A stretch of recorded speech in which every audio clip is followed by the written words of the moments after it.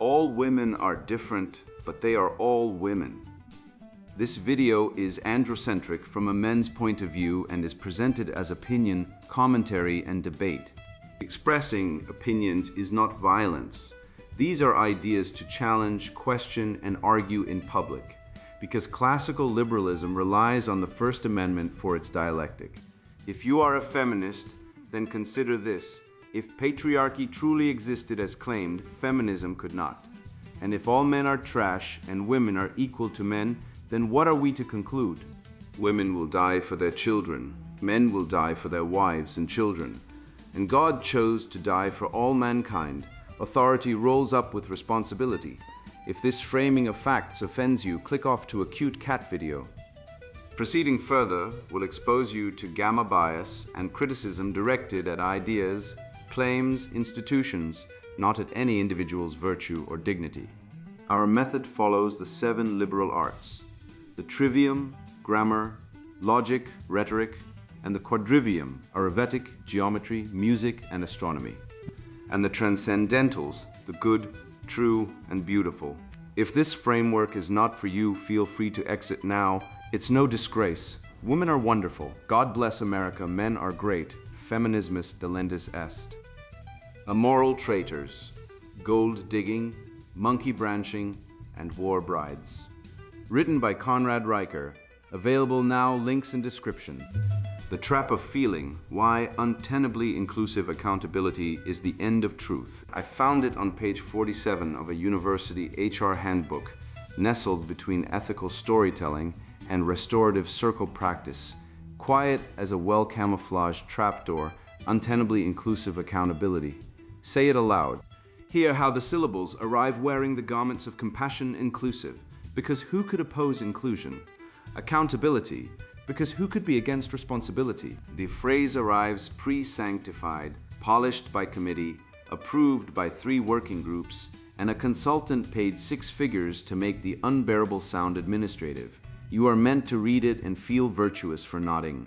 You are meant to feel relief that someone is finally taking responsibility seriously. That relief is the bait.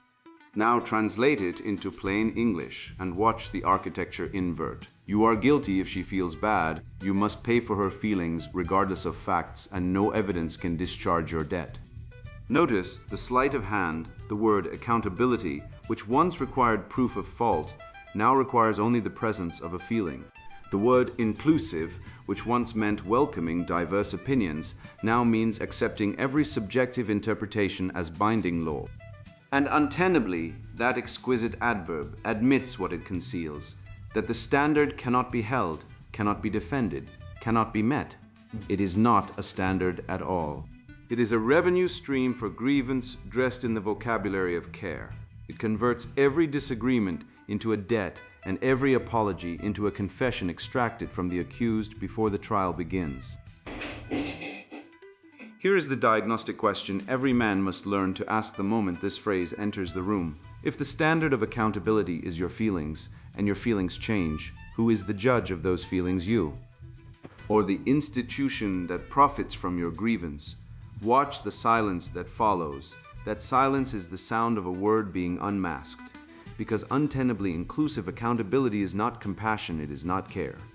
It is a bureaucratic mechanism by which institutions extract resources, apologies, reputations, careers, compliance from men and traditional structures by defining harm subjectively, making defense impossible, and calling surrender justice. The compassionate mask is the weapon. The institution behind the mask is the hand, and the hand never rests. Lexicon entry. Untenably inclusive accountability, adjectival noun phrase, bureaucratic status. A state of institutional liability where the burden of proof is inverted, requiring the accuser's emotional discomfort to be treated as objective harm, thereby rendering traditional evidence insufficient to discharge moral duty. Woke definition. The systemic condition wherein dominant groups are held responsible not merely for their actions, but for the subjective interpretation of those actions by marginalized subjects. Accountability is untenably inclusive because it expands the circle of liability to include unspoken intent, historical resonance, and the mere presence of privilege in the room.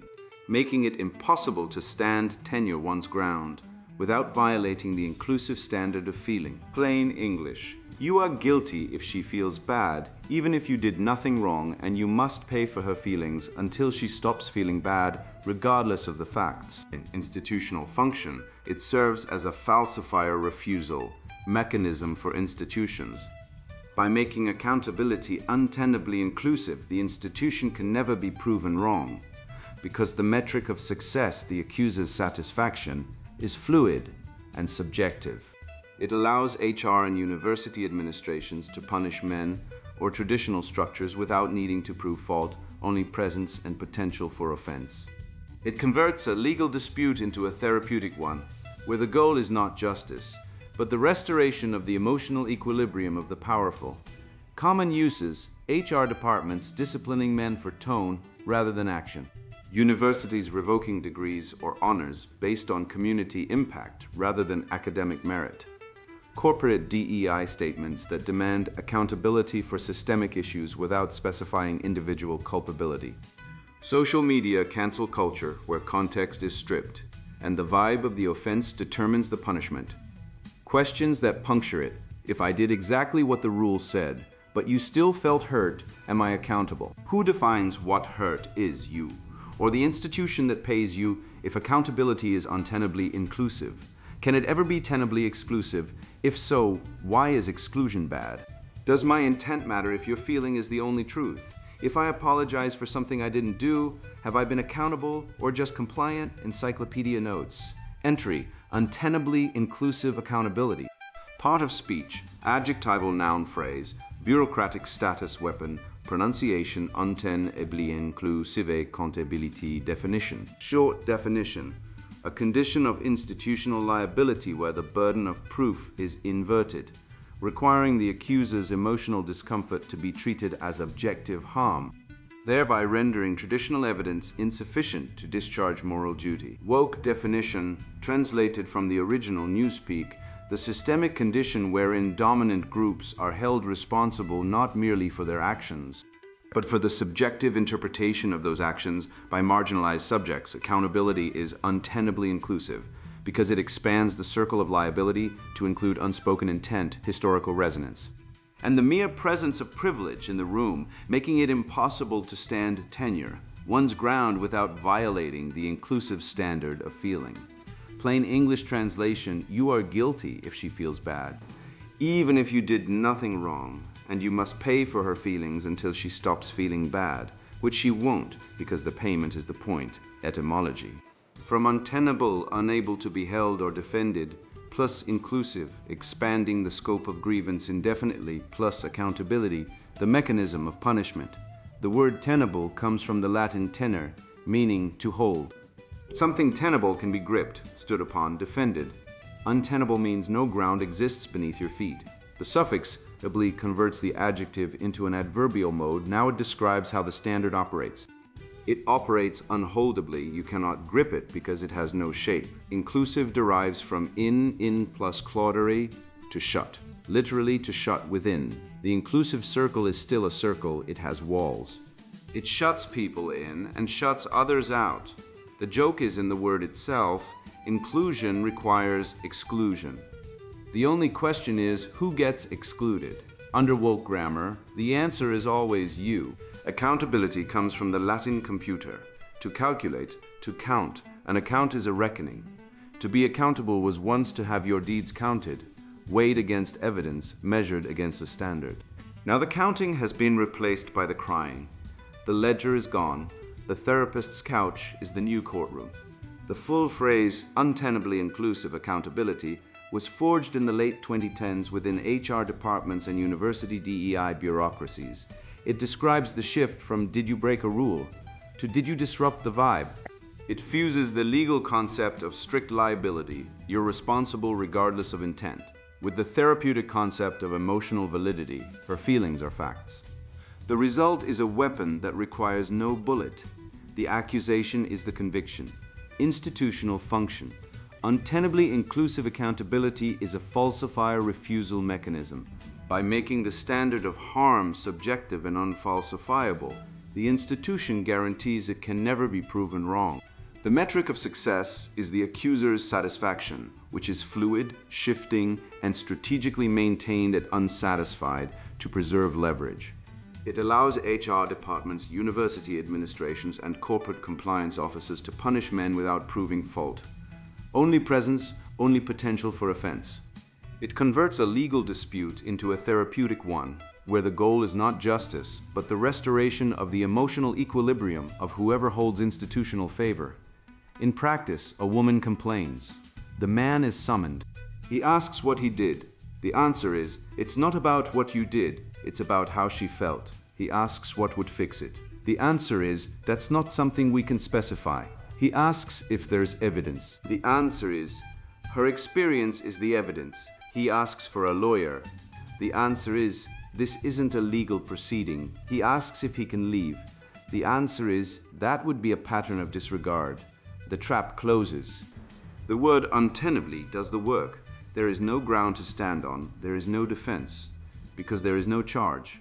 There is no charge, because there is no rule. There is no rule, because the rule is she must feel better, and she decides when that is. Hidden premises. Strip the rhetoric. What must be true for this concept to function? Subjective feeling is a higher form of truth than objective fact. If this is false, the entire standard collapses into hysteria. Men are naturally aggressive. Women are naturally sensitive. Any conflict is therefore male aggression by default. This is a patriarchal assumption the woke movement never abandoned. It simply inverted the moral balance. The status quo is inherently oppressive, so any deviation from progressive demands is automatically justice. This is circular. The proof that the system is oppressive is that it resists progressive demands. The proof that progressive demands are correct is that the system is oppressive. Silence is complicity. Inaction is action. This obliterates the distinction between doing and failing to do, making every man guilty of everything he didn't prevent. The accuser has epistemic authority over the accused. Her interpretation of events is privileged. His interpretation is evidence of his guilt. This is a Kafka trap. To deny the accusation is to prove the accusation. Every one of these premises is either unfalsifiable, circular, or a category error. The architecture cannot survive scrutiny. That is why scrutiny is forbidden. That is why the word exists, to make scrutiny feel like violence, the three axes of manipulation. Axis I, moral status inflation definition, converting a policy preference into a badge of purity. By labeling a standard inclusive, the institution elevates it above debate. To challenge the standard is not to argue policy. It is to reject inclusion itself. You are not disagreeing with the rule. You are excommunicating yourself from the moral community. Fallacy. Equivocation. Inclusive shifts from welcoming diverse views to accepting all subjective interpretations as binding. The first is a virtue. The second is tyranny. The equivocation between them is the entire trick. Plain test. If I agree with the outcome but reject the reasoning, am I still inclusive? If not, the word doesn't mean what you say it means. Axis 2, the equivocation engine definition. Switching meanings between moral, legal, therapeutic, and bureaucratic registers without signaling the shift. In a courtroom, accountability means proof of fault, due process, cross-examination. In HR, it means apology and training. The phrase untenably inclusive accountability lets the accuser demand the therapeutic outcome, your submission, while wielding the legal weight of the word accountability to enforce it. She gets the gun of law without the burden of proof. Fallacy, category error, treating emotional harm as legal liability. These are different domains with different standards. Conflating them is either stupid or strategic.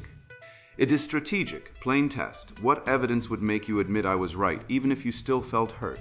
If the answer is nothing, this isn't accountability. It's a shakedown. Axis 3.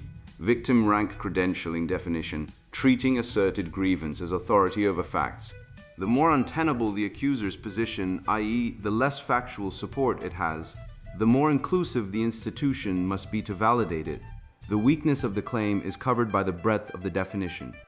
She doesn't need evidence because she has rank. Her identity, her feelings, her discomfort are the evidence. Fallacy. ad hominem reverse. The strength of the argument is derived from the identity of the speaker, not the logic of the claim. Listen to marginalized voices becomes obey whatever the self-appointed victim says. These are not the same. Plain test. Does your identity make the claim true, or does evidence? If identity alone suffices, then a conflicting identity claim cancels yours, and we're back to evidence which you said you didn't need. Common institutional uses. HR departments disciplining men for tone rather than action. A woman objects to how a man said something, not what he said. How? The content is irrelevant, the vibration is the offense. The man is reprimanded. The woman is offered counseling. The cycle repeats. Universities revoking degrees or honors based on community impact rather than academic merit. A professor cites data. Students feel harmed. The data doesn't matter. The feeling does. The professor is investigated. The students are affirmed. The data remains true. The professor remains punished. Corporate DEI. Statements demanding accountability for systemic issues without specifying individual culpability. Translation. You are guilty because you exist in a system we dislike, and you will pay until the system is replaced with one we control.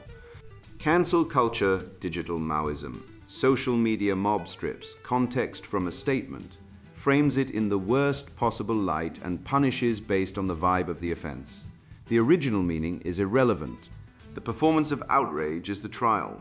The deletion of the target is the verdict. Fallacies embedded in the term.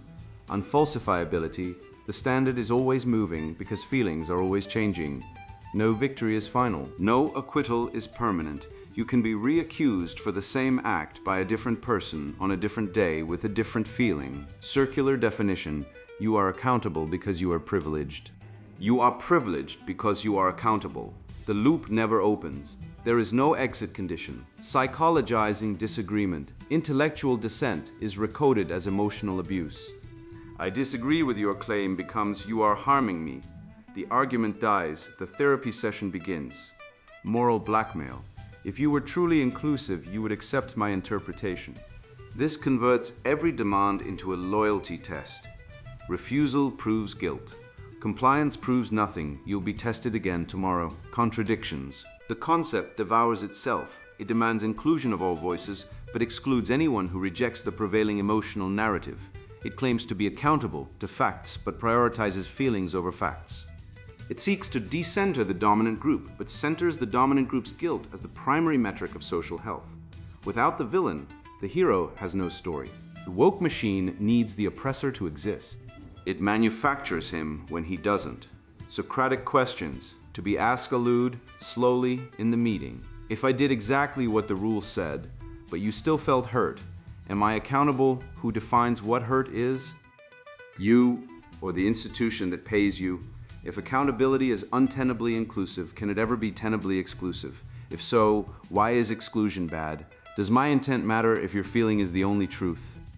If I apologize for something I didn't do, have I been accountable or just compliant? Can you name one action I could take that would fully discharge my accountability? If not, is this accountability or a permanent debt? If two people feel opposite things about the same event, whose feeling wins, and what criterion other than feeling do you use to decide? Ask these calmly. Let the silence do the work. The system cannot answer them, because the answers would expose the machinery.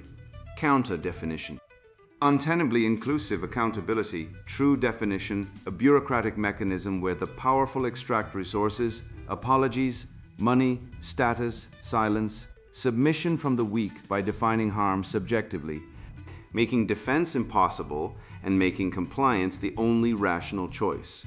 It is extortion with a therapy bill, detonating question.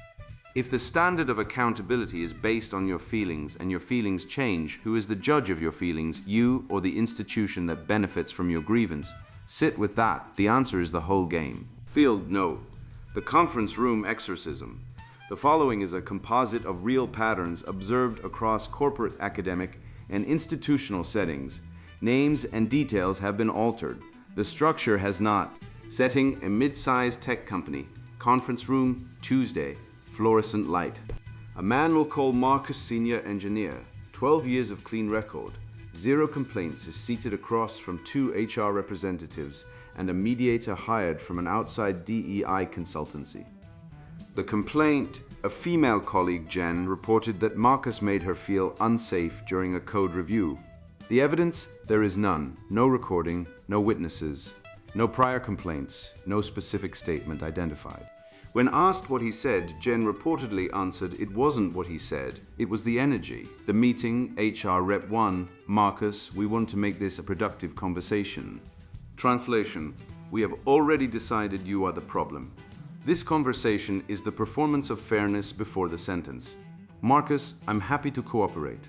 Can you tell me what I'm being accused of specifically? HR Rep 2, this isn't about accusation, it's about impact. Note the shift. Accusation requires evidence. Impact requires only assertion. The word impact is doing the work of proof without the inconvenience of proof. Marcus, what did I impact? What was the harm? Mediator, Jen experienced a feeling of unsafety during your interaction. Marcus, what did I do that caused the feeling? Mediator, that's not something we can specify. The feeling is what matters. Here it is, the kernel, the entire apparatus in one sentence. He asked for cause, they gave him effect. He asked for fact, they gave him feeling. He is expected to answer for a charge that has no content, to defend against an accusation that has no shape. Marcus, if I don't know what I did, how can I correct it? HR Rep 1, this is a learning opportunity. We'd like you to complete a sensitivity module and write a reflection. Reflection, not a legal statement, not an admission, a reflection. A confessional document that will be filed, stored, and produced at the next complaint as evidence of a pattern. He writes it, and he has a record. He refuses, and he has an attitude problem. The trap has two doors, both open downward. Marcus, am I allowed to have representation? HR Rep 2, this is an internal process, not a legal one. Translation, you have no rights because we say this isn't the system that grants rights. We have all the power because we say this isn't the system that limits power. The formlessness is the weapon. Marcus, can I see the complaint? Mediator, we need to protect the psychological safety of the complainant. Psychological safety, a phrase that means her comfort outranks your due process. Notice the asymmetry. His career is at risk. Her comfort is the standard. He is transparent. She is anonymous. He must change. She must be affirmed. Marcus, after a long pause, I'd like to ask one question. If I complete the module, write the reflection, and adjust my behavior, is there anything else I need to do to resolve this? HR Rep 1 will reassess after the process is complete. We'll reassess. The goalpost just grew legs. There is no finish line. There is no acquittal. There is only temporary compliance pending the next accusation. That is what untenably inclusive means. You cannot stand. You cannot hold. You can only kneel. Post-mortem, Marcus completed the module. He wrote the reflection. He adjusted his tone. He stopped speaking in meetings unless directly addressed. He stopped mentoring junior engineers. He stopped volunteering for projects where he'd interact with female colleagues. He didn't get a promotion that cycle. His manager cited soft skills feedback. Jen filed another complaint 6 months later against a different man for a different energy. The cycle resumed with a new target. The system worked exactly as designed. The male response, rules of engagement, define before you obey. If they cannot tell you what you did in specific terms with evidence, there is no charge. There is only a demand. Separate harm from offense. Harm requires demonstrable injury. Offense requires only assertion. They are not the same. Do not let them collapse the distinction. Refuse collective guilt. You are not responsible for systemic anything. You are responsible for your actions. If they cannot name your action, they have nothing. Demand falsifiability. Ask, what would prove I was right? If the answer is nothing, the process is not accountability. It is theater, document everything. In writing, time-stamped. If the process is informal, your records are the only due process you have. Never supplicate. Apologize for what you did wrong, specifically, narrowly, honestly. Do not apologize for what you didn't do to make someone's feelings go away. Apologies extracted under duress are confessions, not virtues. Watch the behavior, not the words. A just institution names the charge, presents evidence, allows defense, and specifies the remedy. An unjust institution speaks in fog, demands reflection, and moves the goalposts. If you see fog, you are not in a proceeding. You are in a ritual. Exit when the system cannot be reformed.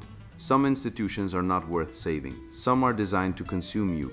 A man who stays in a rigged game because he hopes the rules will change is not patient. He is prey. Maxim accountability without specificity is tyranny. Inclusion without boundary is conquest. A standard that cannot be met is not a standard. It is a sentence. Final detonation. Untenably inclusive accountability is not a mistake.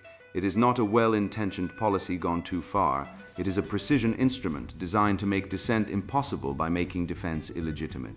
It replaces the rule of law with the rule of mood. It replaces evidence with epistemic privilege. It replaces the examined life with the accused life. It is in the precise classical sense illegitimate. It lacks the ligamen, the binding tie that connects authority to justice. It is power untethered from truth. It is the bureaucracy's dream and the citizen's cage. Name it, expose it, refuse it. And when they ask why you won't participate in the process, ask them the one question they cannot answer. If your standard requires no evidence, permits no defense, and admits no exoneration, what exactly separates your accountability from a mob? Let the silence answer, debunking the term, what the word pretends to mean. Language is the first battlefield.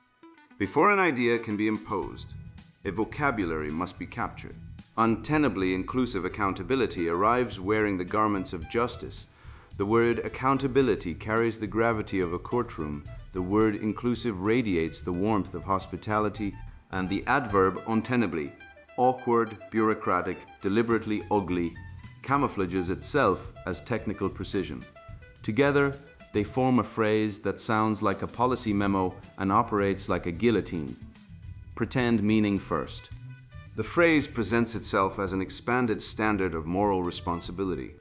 It claims to address the reality that traditional accountability mechanisms, evidence, procedure, intent, fault are too narrow to capture the full range of harm that powerful actors inflict on vulnerable ones. It gestures toward a more complete justice, one that takes seriously the subjective experience of the injured party, that refuses to let the powerful hide behind procedural technicalities, that insists harm is real even when it leaves no visible mark. This is the bait, the moat, the moderate, defensible claim that suffering matters, that power blinds, that institutions should listen to grievances with care. Nobody disputes that suffering matters. The classical tradition from Aristotle's eudaimonia to Aquinas's Justitia to the common law's audi alterum partem has always taken injury seriously. The question is never whether harm deserves attention. The question is what counts as harm, who decides, and what proof is required. Those questions are precisely what untenably inclusive accountability is designed to foreclose. The phrase pretends to widen the circle of justice. It narrows the circle of the provable. What the word actually does, unpack the grammar. The word tenable comes from the Latin tenor, to hold. Something tenable can be gripped, stood upon, defended in open argument. Untenable means no ground exists beneath your feet. The suffix ibly converts the adjective into an adverbial mode. It describes how the standard operates. It operates unholdably. You cannot grip it because it has no shape. It cannot be examined because it has no edges. Inclusive derives from in plus claudery, to shut. Literally to shut within. The inclusive circle is still a circle. It has walls. It shuts people in and shuts others out. The joke is embedded in the etymology. Inclusion requires exclusion. The only question is who gets excluded. Under the grammar of this term, the answer is always the same: the accused, the male, the dissenter. The one whose presence alone is sufficient trigger. Accountability comes from the Latin computer, to calculate, to count. An account is a reckoning. To be accountable was once to have your deeds counted, weighed against evidence, measured against a standard, tested against a rule known in advance. The reckoning has been replaced by the crying. The ledger is gone. The therapist's couch is the new courtroom. What does the phrase actually do? It inverts the burden of proof. It replaces the question, did you do something wrong, with did your existence cause a feeling? It replaces the standard of evidence with the standard of mood. It makes defense impossible because it makes the charge ungraspable. You cannot defend yourself against a feeling you did not cause, cannot predict, and cannot cure, because the cure, the accuser's satisfaction, is strategically withheld. This is not a procedural innovation. It is an ontological revolution. It declares that subjective feeling is the primary substance of moral reality, and that objective fact is a secondary suspect category, the tool of the powerful, the camouflage of privilege, the alibi of the oppressor. It does not argue for this position, it presumes it, and it demands you presume it too or be named the enemy. The phrase does what all tyrannical language does, it makes dissent indistinguishable from guilt. The premises hidden inside it, every ideological term smuggles premises. Strip the rhetoric. What must be true for untenably inclusive accountability to function? Premise 1. Subjective feeling is a higher epistemic authority than objective fact. If a woman says she was harmed, she was harmed. If the evidence contradicts her, the evidence is the problem. This is the doctrine of standpoint epistemology, the Foucauldian claim that knowledge is inseparable from power, and that the marginalized possess a privileged access to truth that the powerful structurally cannot see. The accuser's lived experience is treated as private revelation, a secular burning bush that cannot be cross-examined without committing sacrilege. But this premise refutes itself. If all knowledge is power-laden and no perspective is neutral, then the standpoint epistemologist's own claim is also power-laden and non-neutral. The weapon dissolves in its own acid. If feeling is truth, then the accused's feeling of being unjustly targeted is also truth. The premise cannot be applied selectively without special pleading, which is precisely how it is always applied. Premise 2. Men are naturally aggressive, women are naturally sensitive. Notice the patriarchal foundation buried beneath the progressive paint. The entire apparatus assumes a sexed asymmetry. Male presence is dangerous by default. Female grievance is credible by default. This is not new. It is the Victorian pedestal repainted. The Victorian gentleman was told that a woman's word was sacred because she was morally superior. The modern HR officer is told the same thing, except now it's called centering marginalized voices. The assumption is that any conflict between a man and a woman is by definition male aggression encountering female vulnerability. This erases female agency, female cruelty, female manipulation, and female culpability. It reduces women to emotional weather systems, incapable of lying, incapable of scheming, incapable of weaponizing their tears. This is not respect, it is infantilization dressed as reverence. And it is the foundation of every gynocentric legal and institutional regime from family court to Title IX. Premise 3. The status quo is inherently oppressive, so any deviation from progressive demands is automatically justice. This is pure Marcuse, repressive tolerance repackaged. The system is oppressive by definition. Therefore, any challenge to the system is liberating by definition. Therefore, any resistance to the challenge is repression by definition. The logic is perfectly circular. The proof that the system is oppressive is that it resists progressive demands. The proof that progressive demands are correct is that the system is oppressive. No evidence can break this circle because the circle defines what counts as evidence. The accused who presents exonerating facts is using privilege to silence. The institution that demands due process is replicating carceral logic. The standard is a Kafka trap. Innocence is evidence of guilt, because only the guilty would need to defend themselves. Premise 4. Silence is complicity. Inaction is action. This premise converts non-participation into offense. If you did not speak, you contributed to the harm. If you did not act, you enabled the abuser. This is collective guilt, the doctrine that every member of a category is responsible for every act of every other member simply by belonging.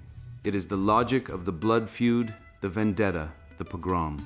It has no place in a civilization governed by law, and yet it is the foundation of untenably inclusive accountability.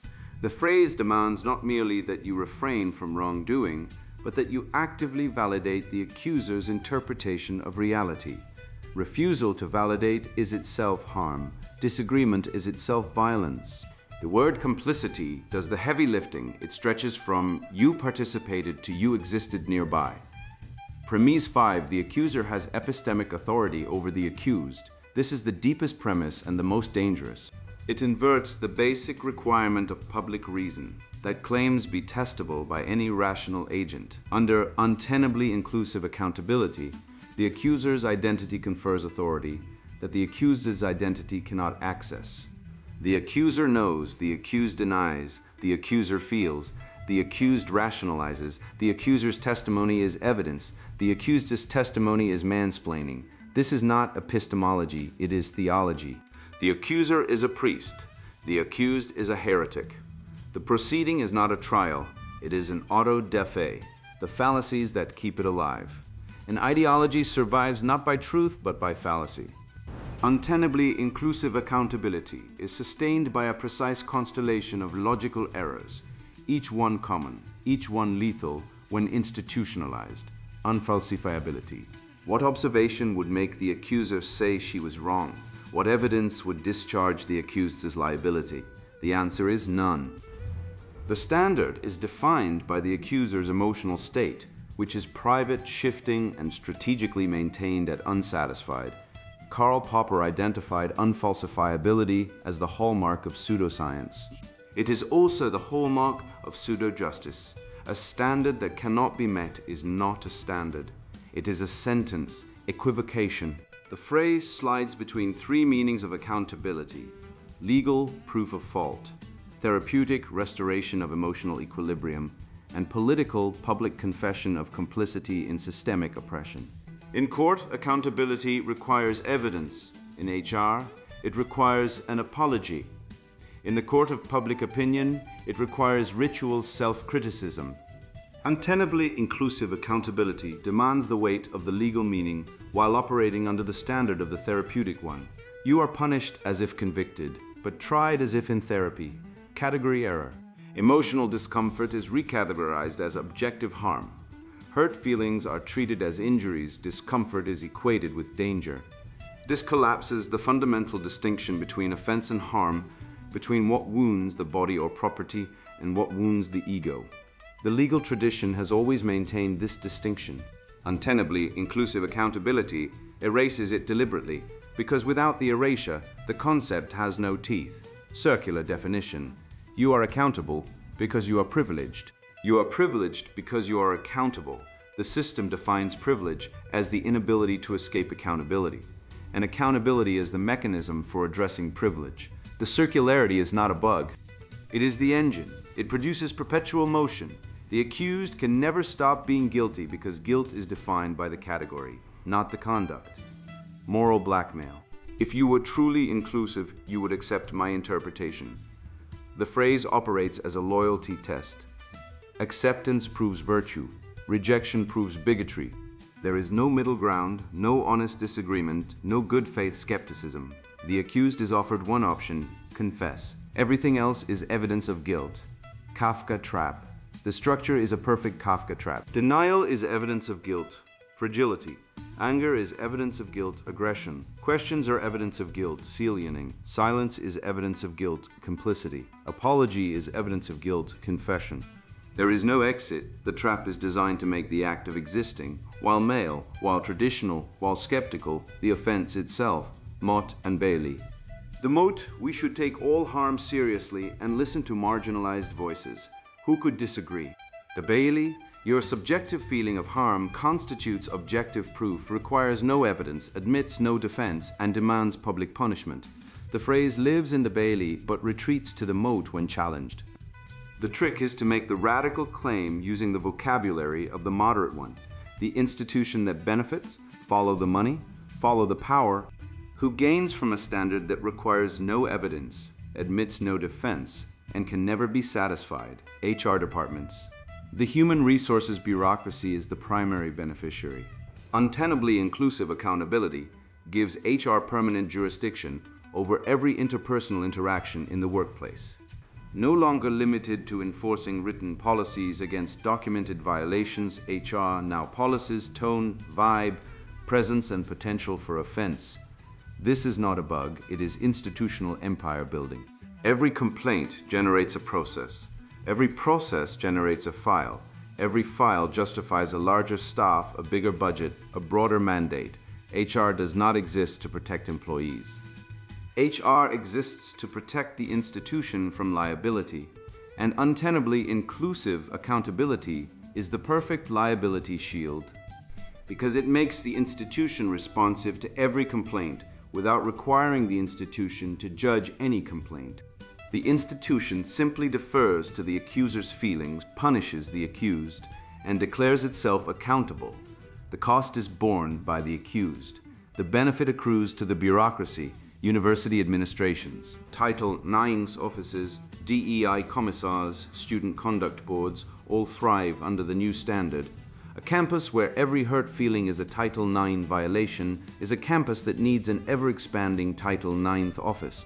The administration gains power over faculty speech, student conduct, curriculum content, and institutional culture. Due process is recast as re-traumatization. Evidence is recast as oppression. The administrative state grows.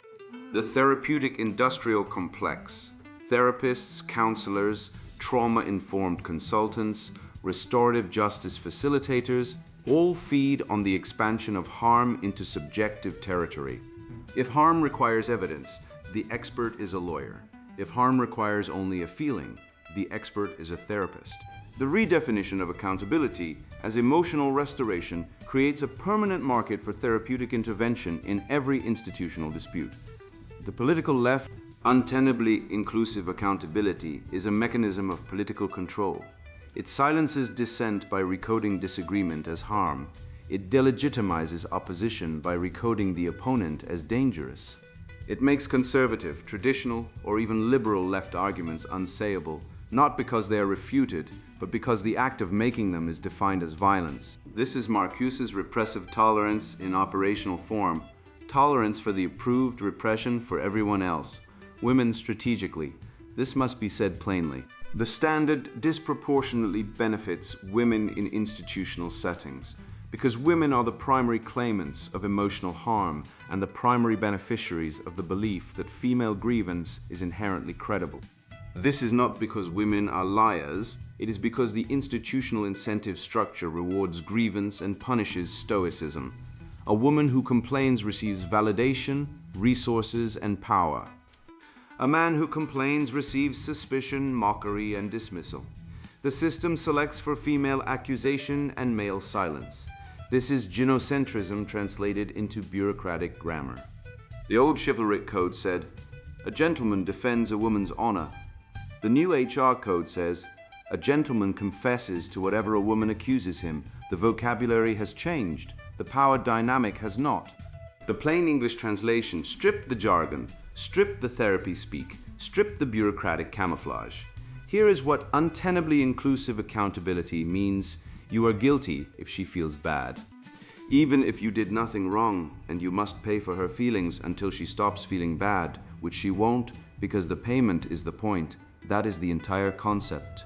Everything else, the lived experience, the systemic conditions, the historical resonance, the disruption of inclusive environments is rhetorical smoke. The mechanism is simple. Subjective feeling is weaponized as objective fact. The accused is stripped of defense, and the institution extracts compliance under the guise of justice. The phrase untenably inclusive is the tell. It admits in its own name that the standard cannot be held, it cannot be examined, it cannot be met. It is designed to be unmeetable, because a standard that can never be satisfied is a leash that can never be removed. The Socratic cross-examination, the question is the cleanest weapon. It leaves no bruise, it draws no blood, but it opens the opponent's position to the air, and the position rots in the daylight, to the accuser. If I did exactly what the rule said, but you still felt hurt, am I accountable? Who defines what hurt means, you, or the institution that pays you? If your feeling is the only evidence, and your feeling changes, was the original charge true, false, or unfalsifiable? If accountability is untenably inclusive, can it ever be tenably exclusive? If so, why is exclusion bad? Does my intent matter if your feeling is the only truth? If I apologize for something I didn't do, have I been accountable or just compliant? Can you name a single action I could take that would fully discharge my accountability to you? If you cannot name one, is this a standard or a sentence? If a man made the same complaint against you with the same lack of evidence, would you accept the same standard? If not, what separates your accountability from a double standard? Does feeling harmed prove harm occurred? Have you ever felt harmed by something that, on reflection, was not harmful? If feelings can be wrong, why are yours exempt from that possibility? What would you say if I told you that your accusation made me feel unsafe? Does my feeling of unsafety obligate you to leave the room, the institution, your job? If not, why does your feeling of unsafety obligate me? Is it possible that two people can experience the same event differently and both be sincere and neither be guilty? If so, why does the institution choose your experience as the authoritative one? Is it because you are more credible or because you are more useful to the institution? What written policy did the accused violate? If no written policy was violated, what is the legal basis for discipline? If the basis is community impact, who measures impact and by what metric? If the metric is the accuser's satisfaction and the accuser refuses to be satisfied, what terminates the process? Does the accused have the right to see the evidence against him? Does the accused have the right to confront the accuser? Does the accused have the right to legal representation? If the answer to any of these is no, what separates this proceeding from a star chamber? Has the institution ever found a complaint to be unfounded? If so, what percentage? If the percentage is near zero, does that indicate a fair process or a rubber stamp? What training does the institution provide to help men avoid triggering complaints? What training does the institution provide to help women distinguish between harm and offense?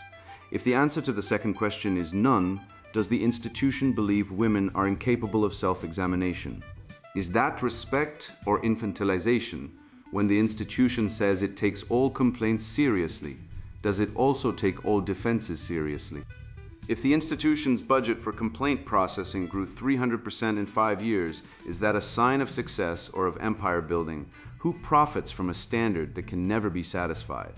Does the institution have a financial incentive to expand the definition of harm? If the institution dissolved its DEI office tomorrow, would harm increase or would complaints? Are those the same thing?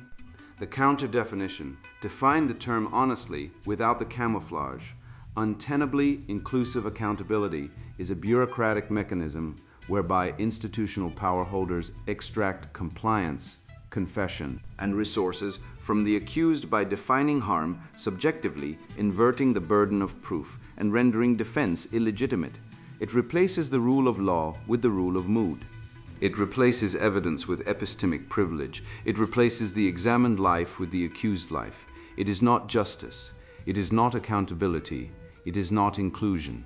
It is a weapon disguised as a virtue, a precision instrument designed to make dissent impossible by making defense forbidden. It lacks the ligament, the binding tie, that connects authority to justice. It is power untethered from truth. It is the bureaucrat's dream and the citizen's cage. Final detonation.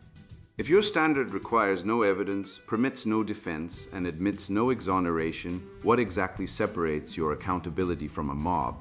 Field guide. Term under dissection, untenably inclusive accountability, the bureaucratic weapon that convicts you of her feelings.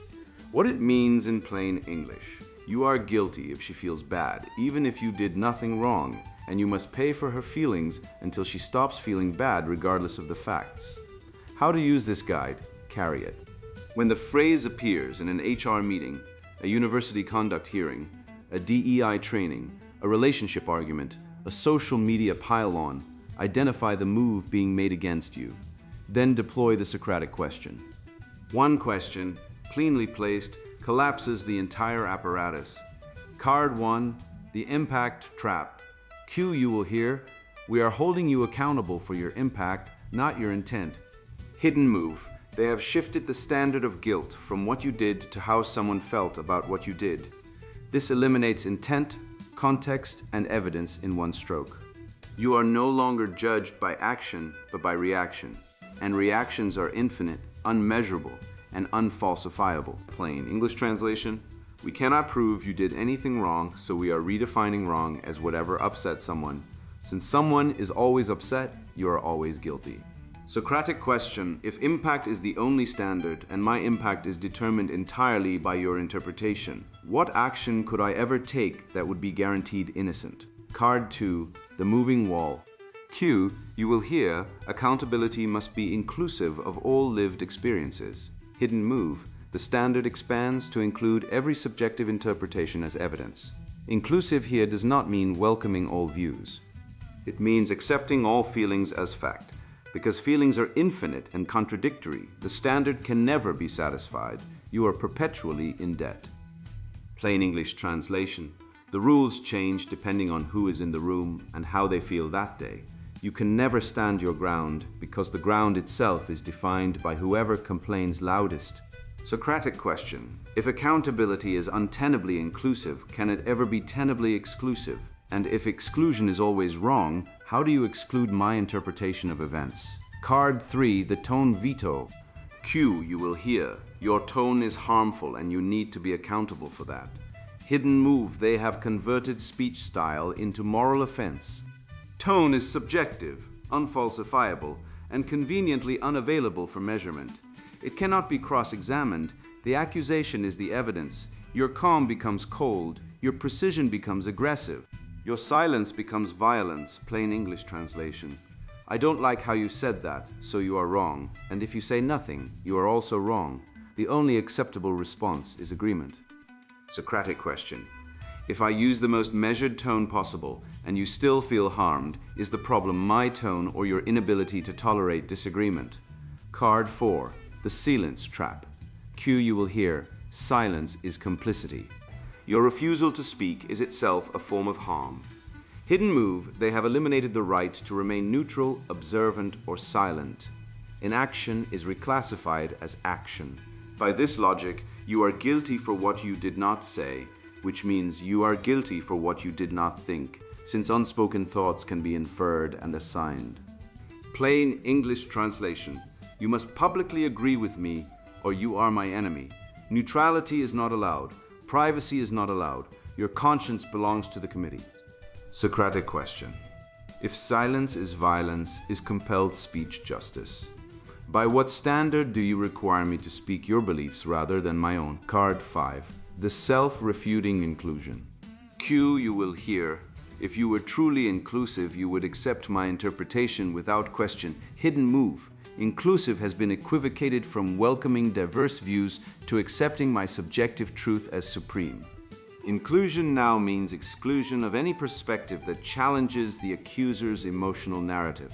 The word has been inverted into its opposite. Plain English translation: inclusion means everyone agrees with me. If you disagree, you are excluded in the name of inclusion. Socratic question: does inclusion include the right to disagree with your definition of inclusion? If not, isn't your inclusion just exclusion wearing a mask? Card 6, the defense prohibition. Q, you will hear, the fact that you are defending yourself shows you are not truly accountable. Hidden move, they have made self-defense evidence of guilt. Any clarification, correction, or presentation of facts is reclassified as resistance to accountability. The only acceptable response is total submission. Confession, apology, and silence. This is not justice. It is a struggle session. Plain English translation: if you argue, you are guilty of arguing. If you present evidence, you are guilty of deflecting. If you ask questions, you are guilty of weaponizing inquiry. The only way to prove your innocence is to confess your guilt. Socratic question: if I apologize for something I did not do, am I being accountable, or am I being compliant under coercion? What is the difference between accountability and a forced confession? Card 7, the bureaucratic extortion. Q, you will hear, we need to create a culture of accountability and ensure you meet the community standard. Hidden move. The phrase community standard is invoked without defining the community, the standard, or how it was established. It is a phantom authority, a fabricated consensus used to intimidate. The institution positions itself as the arbiter of a standard it invented, then charges you with violating it. Plain English translation: a bureaucracy you did not elect, using a standard it did not publish, has decided you owe a debt you cannot measure to a community that was never consulted. Socratic question: who specifically defines this community standard? Was it voted on? Is it written? Can you show me where I agreed to it? Card 8, the emotional sovereignty claim. Q, you will hear, my lived experience is my truth, and you must be accountable to it. Hidden move, lived experience has been elevated above evidence, logic, and public reason.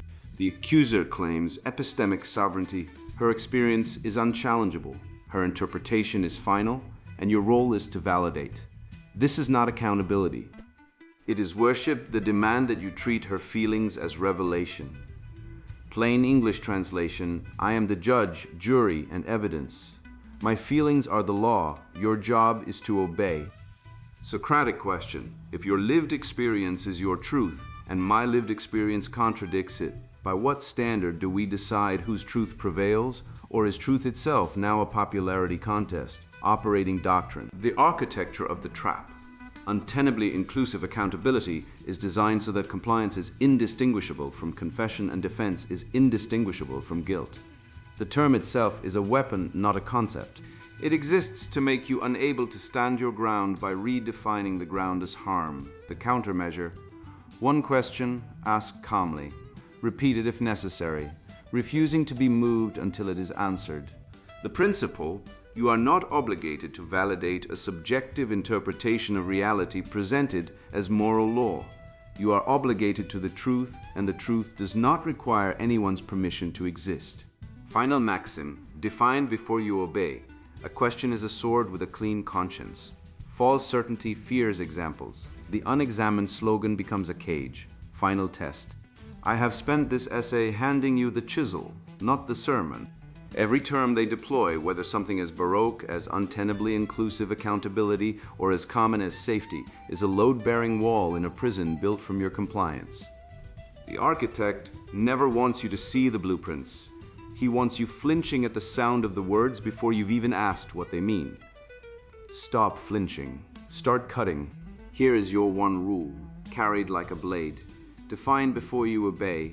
Translate the term into plain English, say out loud what it actually means.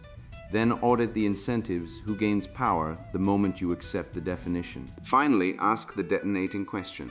If the standard of harm is her feeling, and her feeling changes by Tuesday, who is the judge of that feeling, she or the institution that profits from manufacturing her grievance?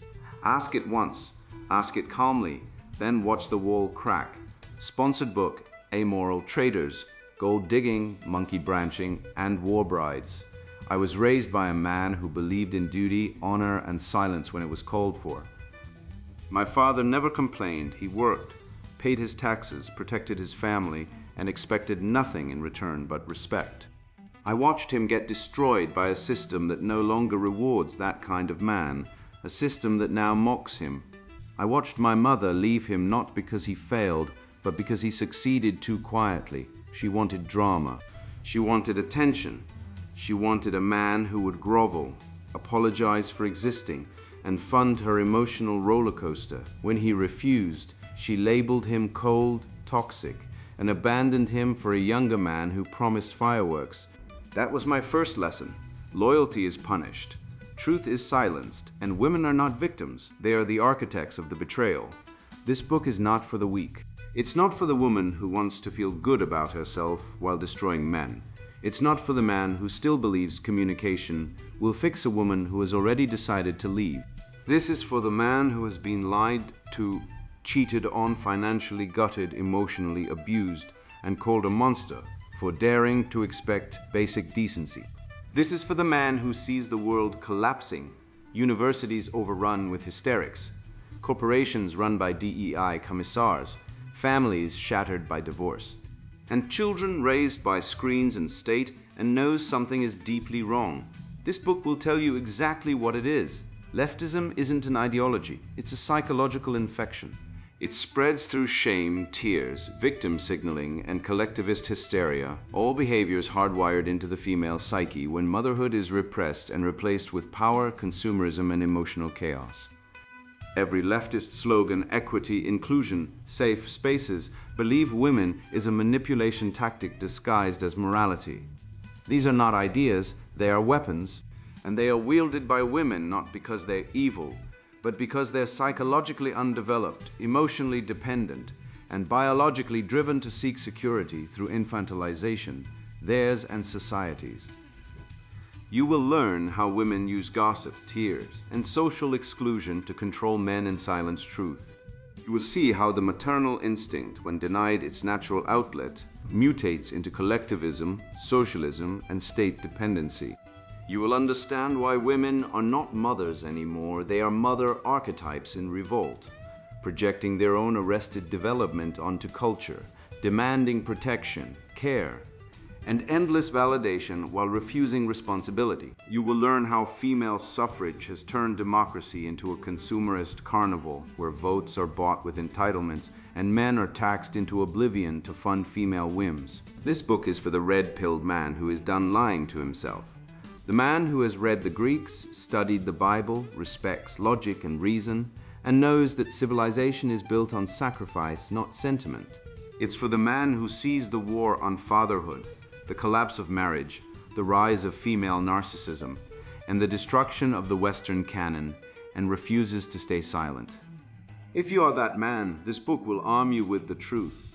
If you're not, if you believe in equality, healing, dialogue, or any of the other leftist lies, close this book now. Go watch a Netflix series by a latte. Do yoga, anything but read these pages, because once you see the pattern, you can't unsee it. And the truth will not comfort you, it will enrage you. And then, if you're a real man, it will mobilize you. Amoral Traitors, Gold Digging, Monkey Branching, and War Brides. Written by Conrad Riker. Buy now, links in description.